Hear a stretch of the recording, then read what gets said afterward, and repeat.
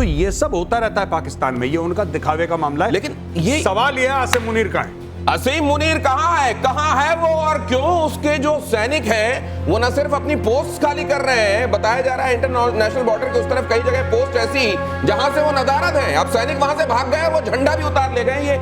ये शुरू होने से पहले ये हाल है। लेकिन हमले के डर से पाकिस्तान में दहशत।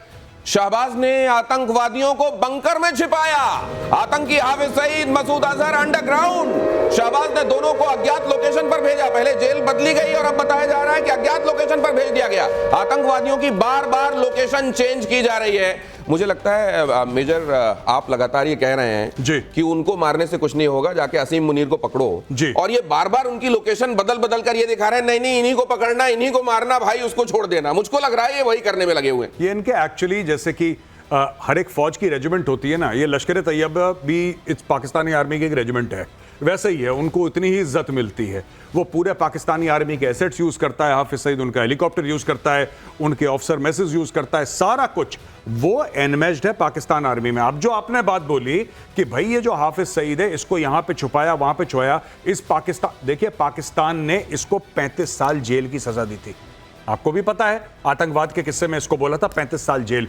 ये दुनिया भर में दंदनाता फिरता है और दुनिया भर में स्पीचेस देता है। एक हफ्ता पहले इसने स्पीच दी है, 2 दिन बाद पहलगाम के, कि हम ये कर देंगे, हम ये कर देंगे, हम जिहाद लड़ेंगे। तो ये सब होता रहता है पाकिस्तान में, ये उनका दिखावे का मामला है। लेकिन ये सवाल ये है आसिम मुनीर कहाँ है? असीम मुनीर कहां है वो, और क्यों उसके जो सैनिक हैं वो न सिर्फ अपनी पोस्ट खाली कर रहे हैं, बताया जा रहा है इंटरनेशनल बॉर्डर के उस तरफ कई जगह पोस्ट ऐसी जहां से वो नदारद हैं, अब सैनिक वहां से भाग गए, वो झंडा भी उतार ले गए।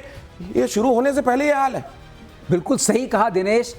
आसिफ मुनीर आतंकवाद कर सकता है, सोए हुए या ऐसे जो हमारे जिस समय कोई असावधान है हमला कर सकता है, सिविलियंस के ऊपर प्रोफेशनल लड़ाई नहीं लड़ सकता है, क्योंकि जहां उसकी बात शुरू हुई वो गायब हो गया। एक चीज मैं और कह रहा हूं आपसे, आपको शायद पता ही, लोगों को अपने बच्चों को बाहर भेज रहा है, अपने जितने पैसे वैसे हैं उसको बाहर भेज रहा है। वो बाकी जनरल लोगों की तरह जो पाकिस्तान के हैं बाहर जाने की तैयारी कर रहा है और छुप गया है। ये उनके बहुत बड़े असेट्स हैं जिनको वो बचा रहे हैं, सोच रहे हैं बाद में यही काम आएंगे।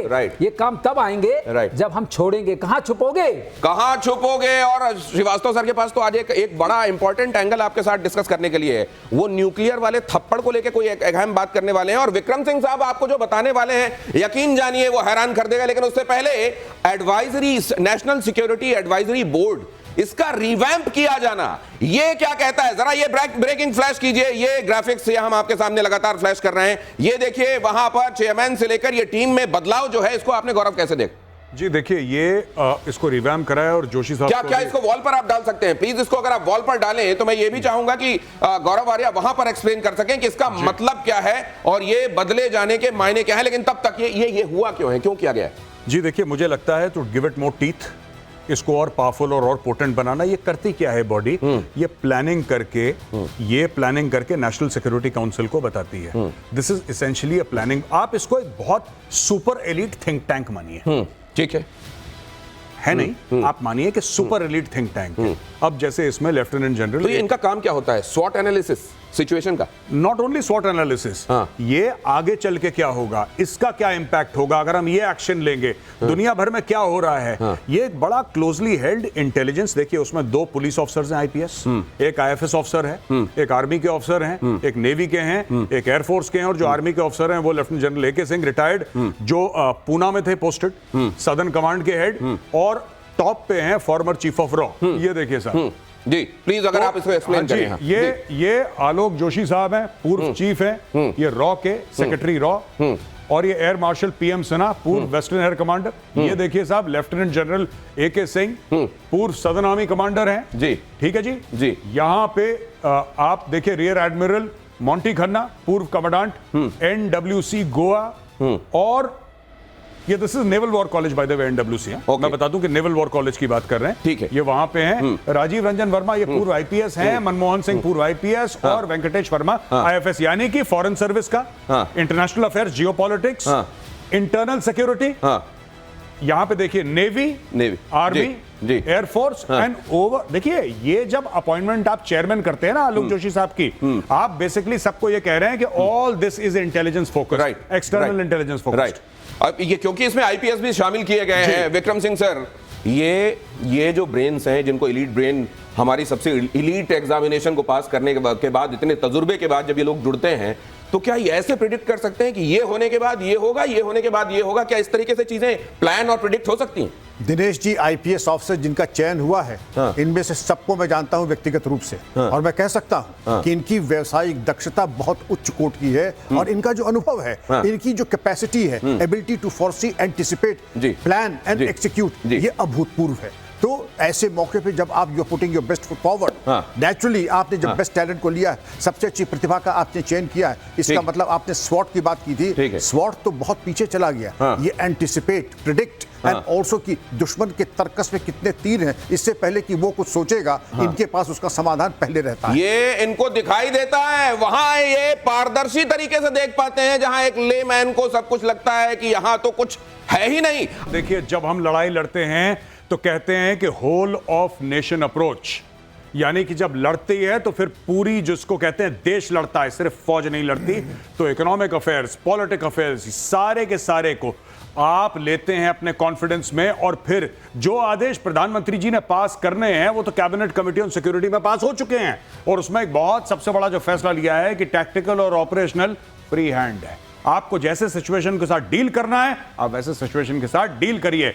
Army chief, navy chief, air chief, CDS, एक एक के बाद सब लोग वहां पे थे, और सबको बोला गया था कि अब आपको हम सौंप रहे हैं, आप डिसीजन लीजिए, जहां ठोकना है पाकिस्तान को वहां। ये जो पहले हुआ, मसलन 65 में हुआ, 71 में हुआ, करगिल के समय हुआ, बैठकों के हिसाब से इस बार क्या यूनिक लग रहा है? देखिए मैं कहीं और भी डिस्कस कर रहा था, मित्रों के साथ बैठा हुआ था, कि मैंने इतनी जल्दी कैबिनेट कमेटी ऑन सिक्योरिटी की 2 मीटिंग नहीं देखी इतनी जल्दी। पहली मीटिंग में उन्होंने जायजा लिया कि हुआ क्या है, आप बताइए आपके पास क्या इंफॉर्मेशन है। आपके रेडियो इंटरसेप्ट होंगे, आपके सैटेलाइट फोन इंटरसेप्ट होंगे, आपकी ड्रोन की फुटेज होगी, आपकी इंटेलिजेंस की खबरें होंगी। वहां पे डोवाल साहब यही ब्रीफ कर रहे हैं उनको कि सर ये पूरा हुआ है, आर्मी चीफ ने बताया साहब ये हुआ है, और ये सब लोग वहीं पे थे। जैसे आर्मी चीफ वगैरह अगर अगले कमरे में है, यहां पे कैबिनेट कमिटी ऑन सिक्योरिटी की ये ब्रीफिंग चल रही थी कि साहब ये हुआ है। उसके बाद दूसरी मीटिंग में ये निर्देश पास कर दिए गए कि आपको फ्री हैंड है, ये डिसीजन है आपका, अब उसको एग्जीक्यूट करना है, अब उसको इंप्लीमेंट करना है। क्योंकि हम एज अ लेमैन तो ये समझते हैं कि हिंद की फौज के हाथ हमेशा खुले होते हैं कि वो दुश्मन की कॉलर पकड़कर हिसाब ले सके।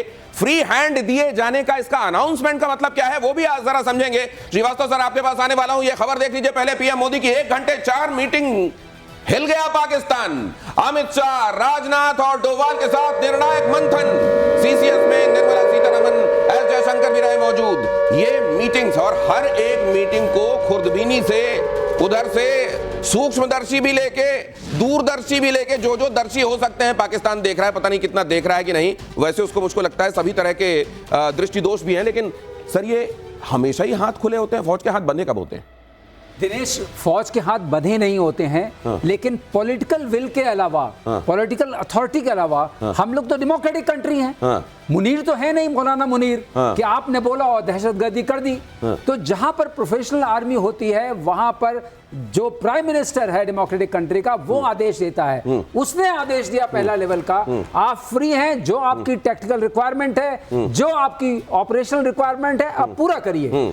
अब आप पूछेंगे दर्शकों को बताने के लिए कि टारगेट्स क्या आप चूज करेंगे? मैं आपको बता दूं, टारगेट फोल्डर्स हमेशा तैयार रहते हैं। एक ये कंटिन्यूअस एक वो है कि हमारे टारगेट्स कौन से हैं, मिलिट्री टारगेट्स कौन से हैं, हमारे इंडस्ट्रियल टारगेट्स कौन से हैं, हमारे इंफ्रास्ट्रक्चरल टारगेट्स कौन से हैं, हमारे ऐसे कौन से टारगेट, उनकी प्रायोरिटी क्या है। लेकिन एक डायनेमिक्स ऑफ टारगेट्स होती है। कम्युनिकेशन नेटवर्क कैसा चल रहा है, हम कैसे उसको ईव्सड्रॉप करेंगे, सैटेलाइट एसेट्स का कैसे इस्तेमाल करेंगे, और इन सब को फ्यूज करके जो हमारी प्लानिंग बनती है, उसको आधारशिला मिली है ये हमारे प्रधानमंत्री के आदेश से। अब आप देखिएगा, जो भी प्रतिशोध होगा वो जो कहते हैं अकल्पनीय होगा और घातक होगा, और उसमें आतंक की कमर नहीं तोड़ी जाएगी, आतंक को समाप्त करने का ऐलान होगा। अब जो प्रतिशोध होगा उसमें आतंक को अब तक बहुत सारी चपेटें पड़ी हैं, लेकिन इस बार कहा जा रहा है कि उसकी ऑक्सीजन सप्लाई ही काट दी जाएगी। क्या ये पूरे तौर पर मुमकिन है या ये बहुत ऑप्टिमिस्टिक सिनेरियो होगा? अगर होता है तो इसको किस तरीके से देखा जाना चाहिए ये भी। लेकिन एक साथ ये जो गौरव कह रहे हैं कि हफ्ते भर के अंदर अंदर आपको 2 सीसीएस देखने को मिली, ऐसा अनयूजुअल है। ये जब ब्रीफिंग हुई होगी कैबिनेट की जी, पाकिस्तान लगातार देख रहा है जी, क्या उसको ये लगा होगा शुक्र है कोई बड़ा फैसला नहीं सामने बताया गया, या वो सोच रहा होगा नहीं बताया गया है और ऐसा नहीं दिखाई देने वाला थप्पड़ ज्यादा जोर से पड़ता है?